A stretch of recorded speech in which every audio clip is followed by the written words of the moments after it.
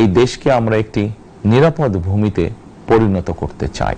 আইনের শাসনই হবে রাষ্ট্র পরিচালনার শেষ কথা। জনগণের কারণেই দেশে আবার মানুষের অধিকার, সম্মান এবং মর্যাদা পুনঃপ্রতিষ্ঠার সুযোগ সৃষ্টি হয়েছে।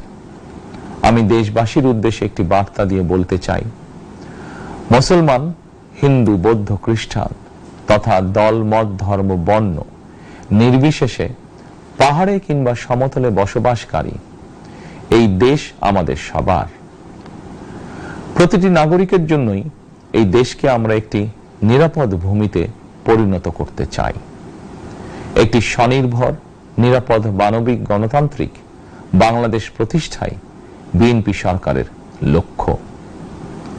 প্রিয় দেশবাসী, ফ্যাসিবাদের সময়কালে দুর্নীতি, দুঃশাসনে পর্যুদস্ত একটি ভঙ্গুর অর্থনীতি, দুর্বল শাসন কাঠামো আর অবনতিশীল আইন শৃঙ্খলা পরিস্থিতির মধ্য দিয়ে নতুন সরকার যাত্রা শুরু করেছে।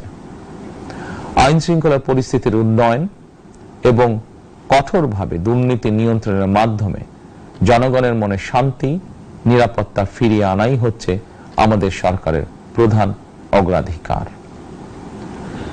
সারা দেশে জুয়া এবং মাদকের বিস্তারকেও বর্তমান সরকার আইন শৃঙ্খলা অবনতির অন্যতম কারণ বলে চিহ্নিত করেছে।